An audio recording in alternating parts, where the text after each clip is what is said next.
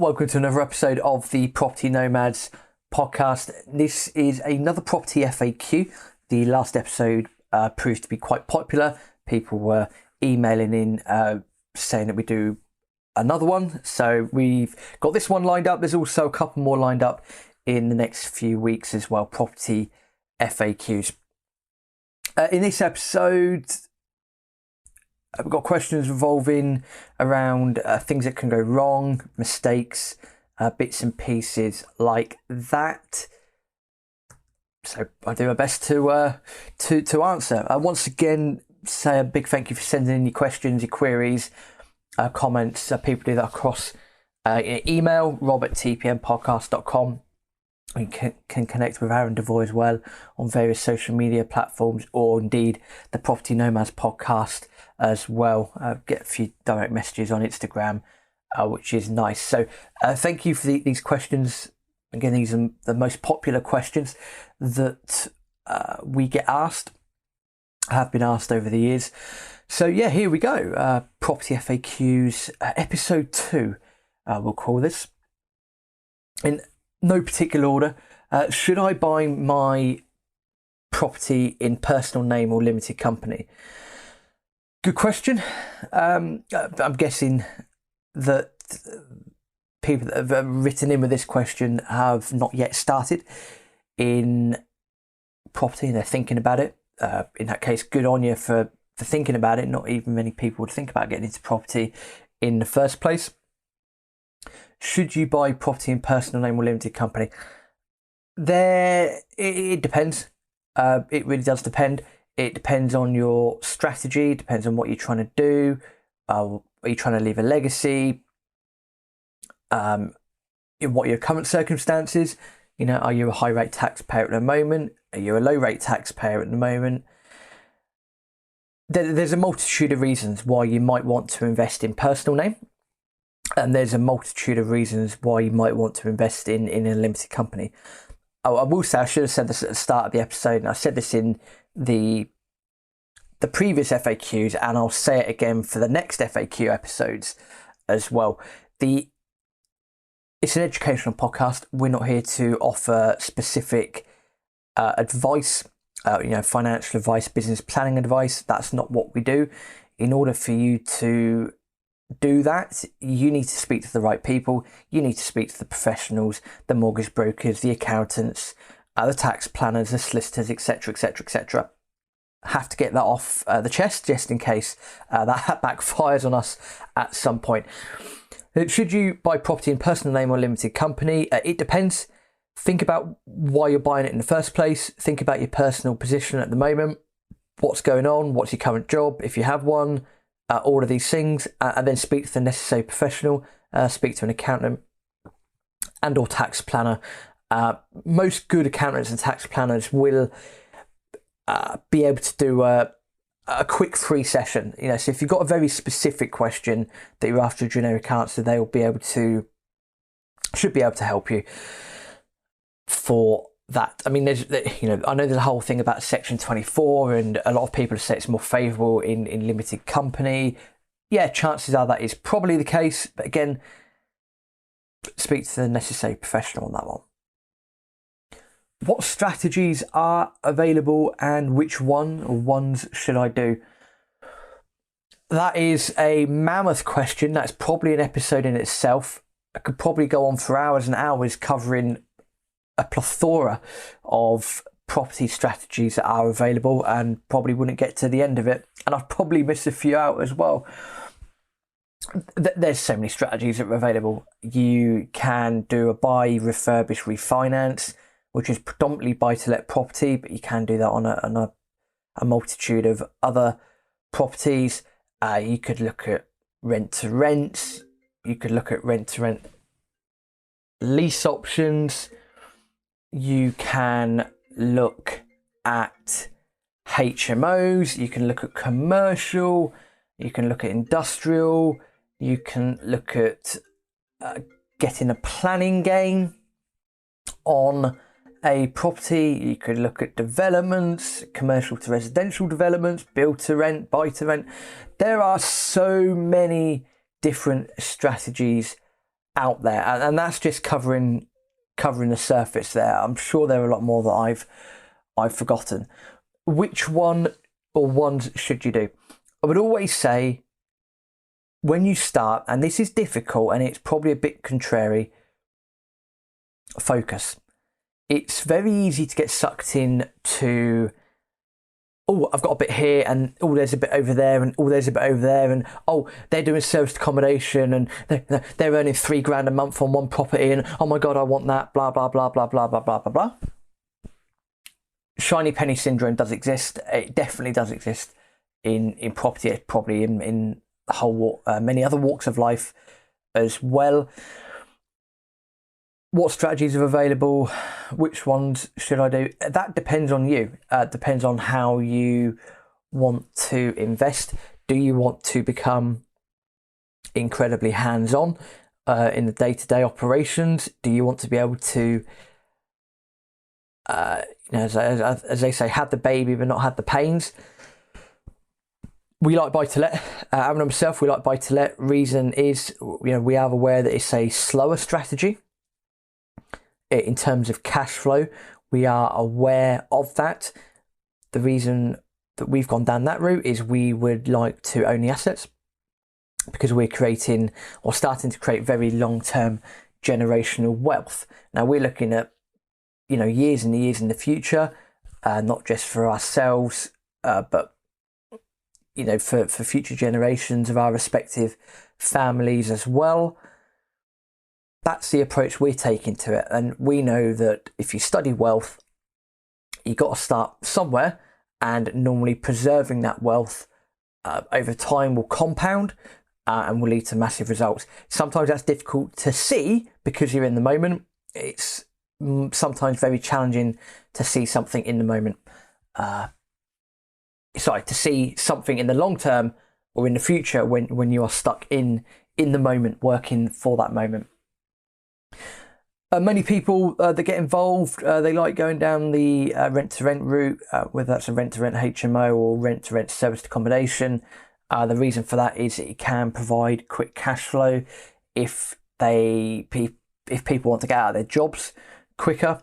So if there's a burning desire, there are many success stories, in those fields, and then those people will either keep that business as it is or expand on that business, or then use the profits to then purchase assets.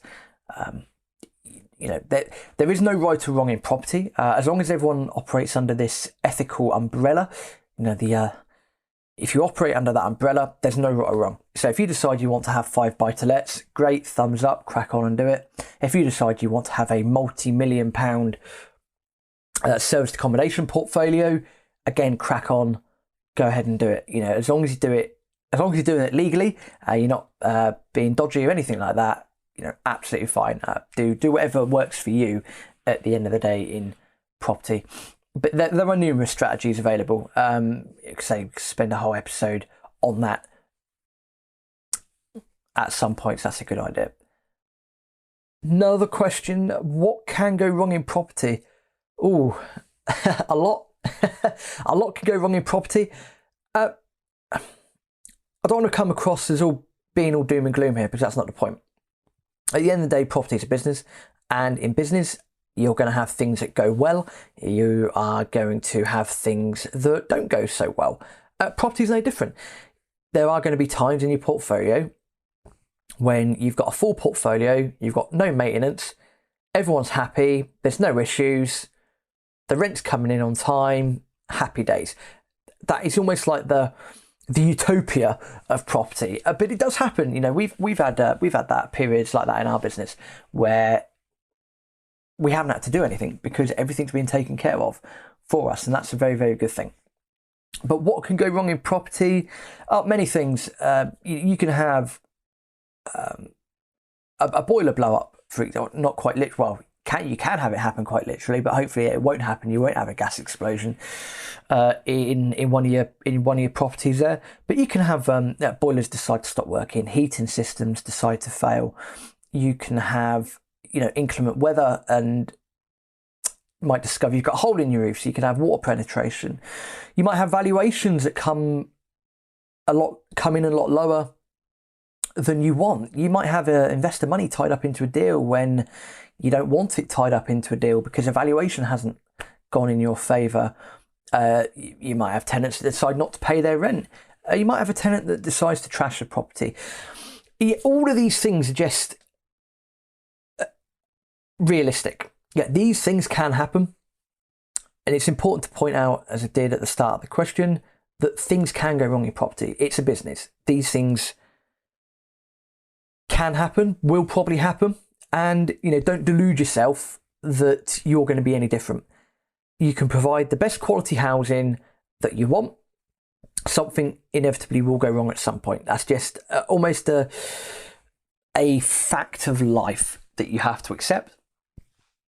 We have many things happen. We have overpaid for sourcing fees. We have overpaid for maintenance. We have overpaid for refurbishments because you don't know what you don't know. Every day is a new day to learn. Every day is a new chance to learn.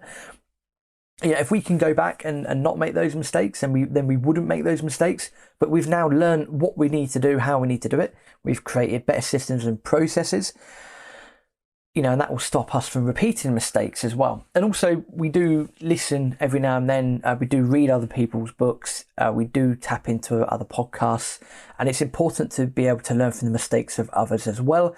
I'm hoping that by listening to this, you can learn from mistakes that we've made and then you don't repeat those mistakes that we've made. And that will help you moving forward as well. But in a nutshell, a lot can go wrong in property. I remember a couple of times now, we've had Peter Jones, who's an expert in buy-to-let. He's come on the podcast a couple of times and he said, quite rightly so, he said, Rob, worst case scenario, if your property blows up or whatever it might be, you've still got the land and the land is still worth something. So don't be worried about things going down to absolute zero because that land is still going to be worth something. There is this, I suppose that's one of the great things with property itself.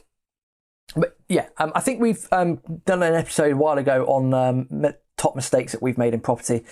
Go and check that episode out as well. That'll give you a bit more information as to things that have gone wrong in our portfolio over the years. I'm scared of making mistakes. How can I stop making mistakes? I'm going to say that if you're scared of making mistakes, you're probably not in the right frame of mind and you're probably not in the right business in the first place. If you're scared of making mistakes, it means you won't do anything. Then paradoxically, by not doing anything, you're then probably making a mistake by not doing anything. So it's better to go out and take action in the first place. Don't be scared of making mistakes. Mistakes will happen. It's how you react to those mistakes that will set you apart from others. I think it's, go back to some stoicism. I think it's Marcus Aurelius. Anything that happens in life is objective, but how we react is subjective, i.e., assuming you have the mental fortitude or the mental capacity, I don't mean that in a bad way, I'm just being realistic. If you have the mental capacity to be able to react to something, then, how you react to something is going to give you answers. Again, let's go back to a property valuation. A valuation happened and it's a bit lower than you would have hoped. Okay, that's objective. It has happened. How do you react to that? Do you throw your toys out the pram? Do you fight things? Do you look at why it's happened? You get the gist. You get what I'm trying to say. But if you're scared of making mistakes, don't be. It's easier said than done. Things will happen in property. How can you stop making mistakes? Get involved in content. Listen to other people's podcasts. Read books. Listen to books. Whatever you prefer to do. Learn from the mistakes of others as well. And sometimes just getting both feet on your ground and making your own mistakes is a good thing because you'll learn so much from them. I know when I was at school years and years ago, I always used to be this sort of person where I'd much rather do the theory than take a ridiculous amount of action. And over time, as I grew up, that has changed. I much rather take the action deal with the shit, and it is what it is, rather than the theory. So yeah, go ahead, take action. Mistakes will be made. Don't be scared of making mistakes.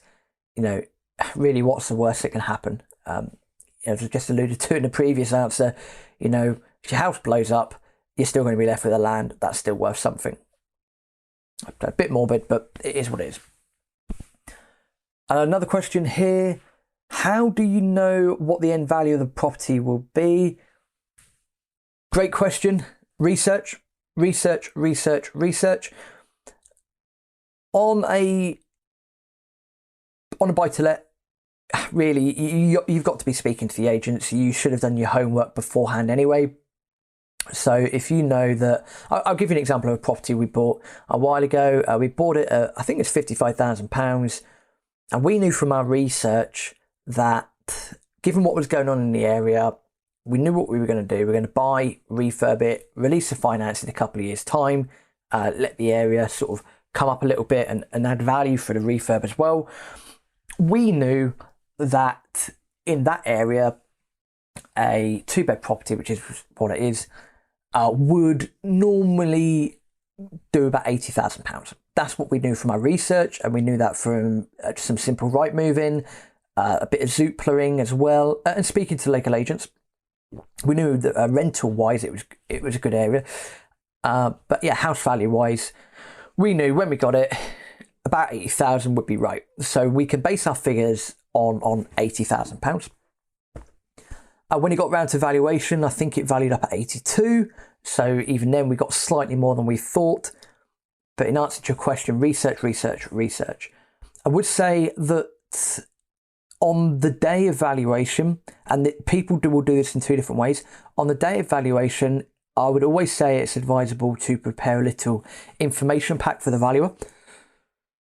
The information packs are incredibly useful. You don't want to tell the valuer how to do their job. That's inappropriate. But always hand over a little pack. And that's where you just want to pick out the best comparables you can find on Rightmove, and maybe a list of works that you've done to the property, some before and after photos, they're crucial.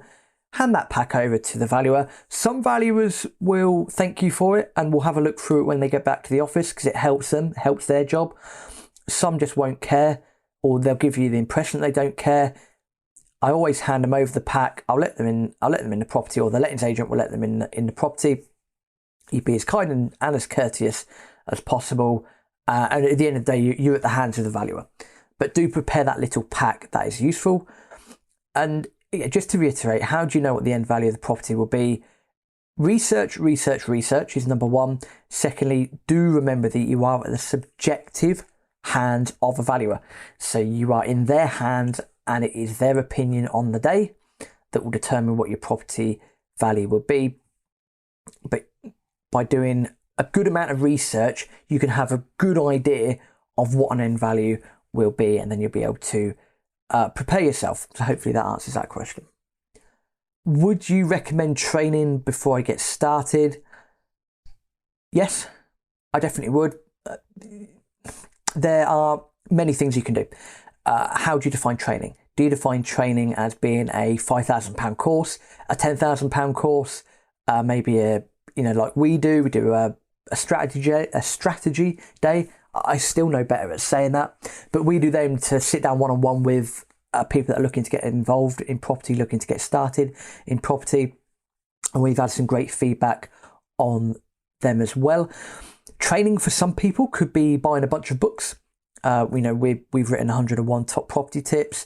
I've also written Buy to Let How to Get Started, a very comprehensive book that aims to get you your first buy-to-let investment property.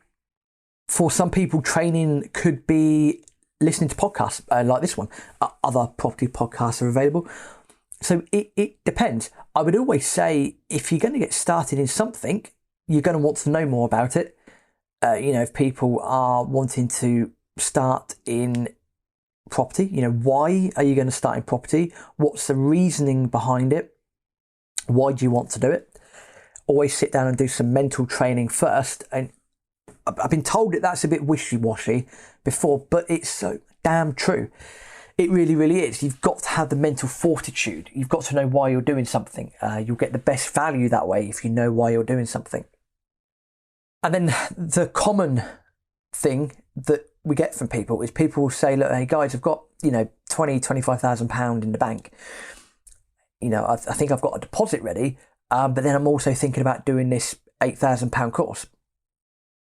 Now that's a chicken and egg scenario, because you could argue and say, well, if you go and do the course, you're going to be filled with more knowledge.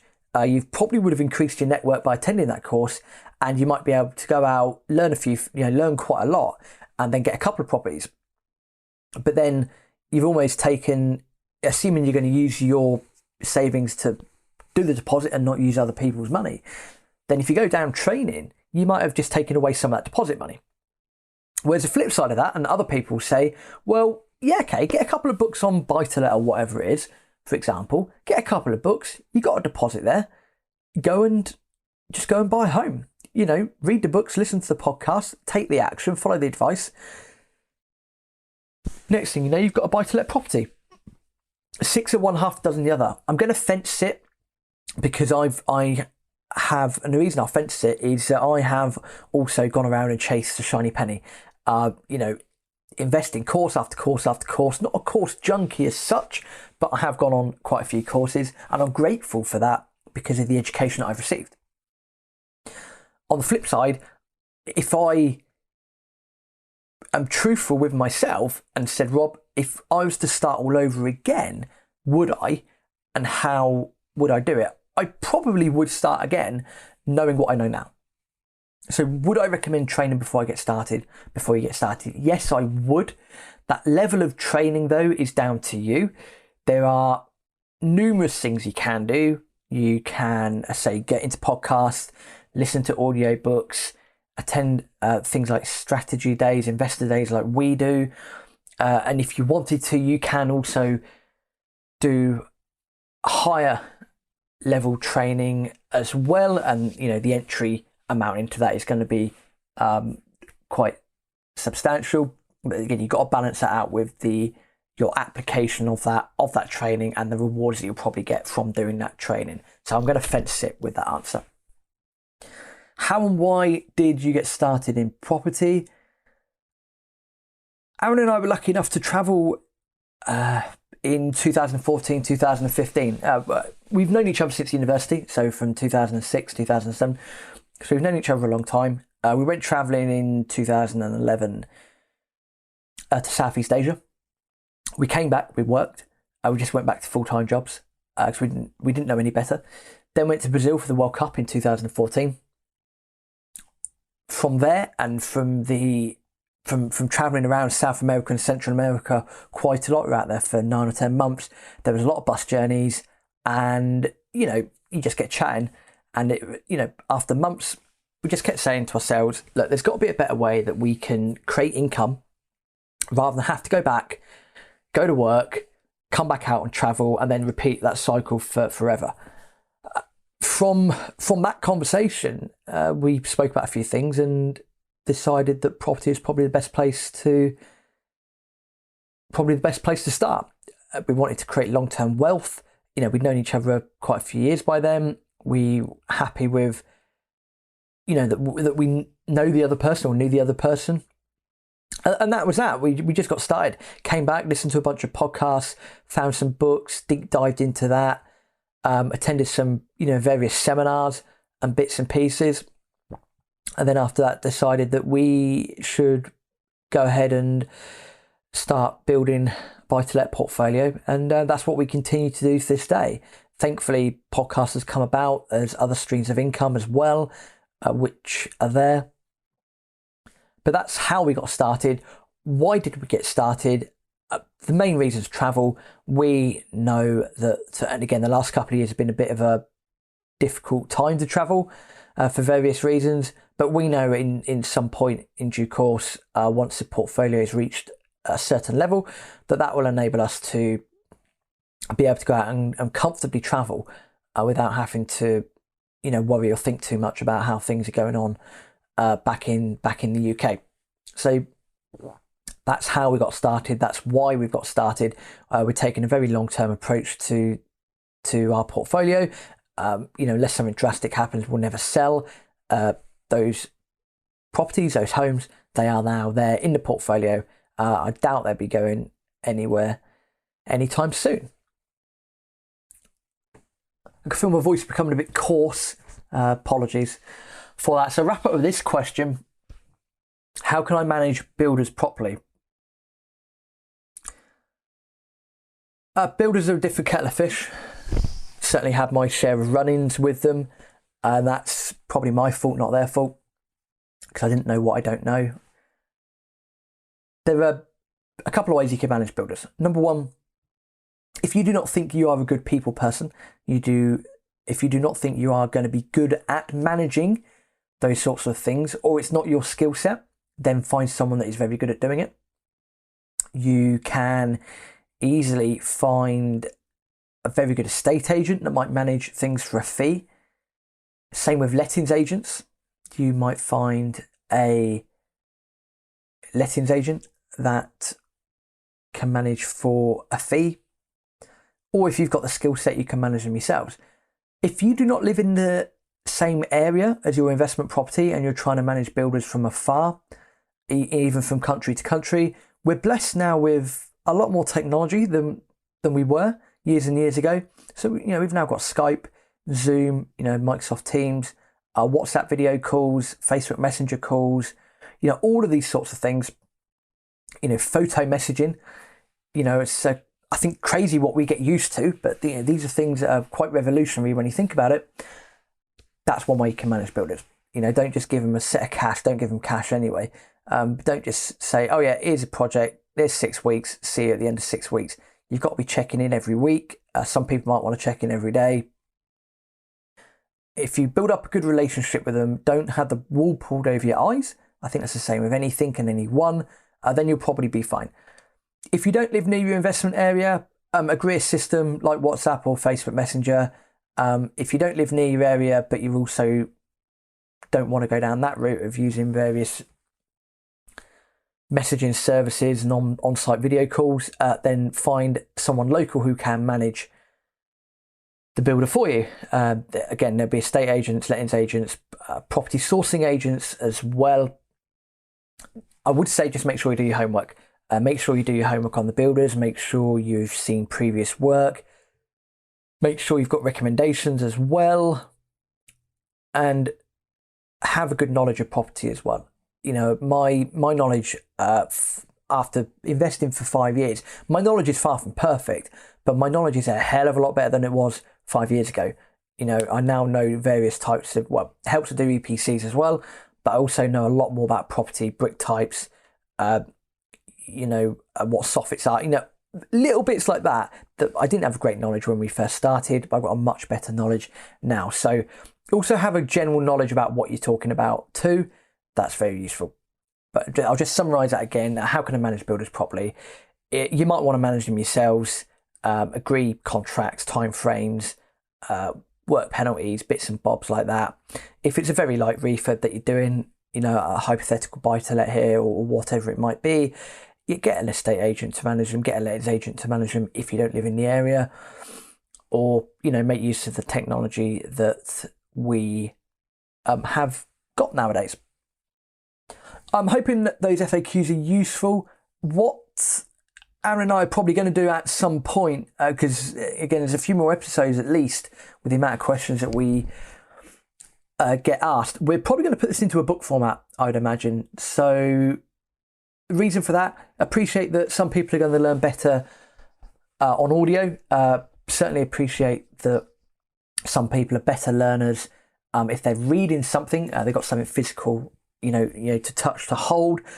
And if they're visual learners as well, might want to see some photos and bits and pieces like that. So at some point, we'll probably get down to writing out answers to all these questions as well and putting that into a book format. So just keep that on your periphery as well. Keep up to date with the podcast. We'll broadcast it on here as and when. As always, contact us, rob@tpmpodcast.com. Get in touch with us on social media platforms. But if you want to be the best help you can be for the podcast, leave us a 5-star review on iTunes. We always appreciate the feedback and try and do our best for you so that we're providing as much content of value as possible to you, so it helps your property investing journey. Until next time, auf Wiedersehen.